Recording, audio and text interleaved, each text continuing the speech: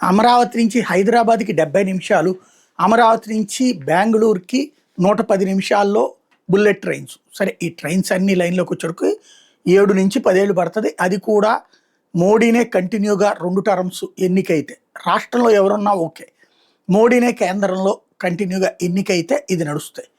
అయితే మనం కేంద్ర ప్రభుత్వం మీద ఒత్తిడి తేవాల్సింది బెంగళూరుకి హైదరాబాద్కి బుల్లెట్ రైలు కాదు, ఈ 2 నగరాలకి పెడితే మనకేమవుతుందంటే ఇక్కడున్న యువతరు ఇప్పుడు వెళ్ళి ఉద్యోగాలు చేస్తున్నది కొనసాగుతుంది అక్కడికి వెళ్ళి. అంతకు మించి మనకు ఒరిగేది ఏం లేదు. మనకు కావాల్సింది విశాఖపట్నానికో శ్రీకాకుళంకో లేకపోతే కడప కర్నూలు లాంటి ప్రాంతాల నుంచి అమరావతికి, అంటే Amaravati to Srikakulam, Amaravati to Kadapa, Amaravati to Kurnool, ఇట్లాగా అమరావతి టు చిత్తూరు, ఇట్లాగా. సరే, బెంగళూరు అంటే ఆ రూట్లోనే వస్తుంది.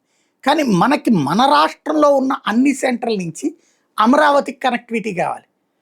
అది ప్రధానమైనటువంటి. అప్పుడు ఎక్కడ ఉపాధి కోసం వస్తారు, దానికి మళ్ళీ తోడు కావాల్సింది విజయవాడ గుంటూరుని కలిపి రాజధానిగా ప్రకటించడం.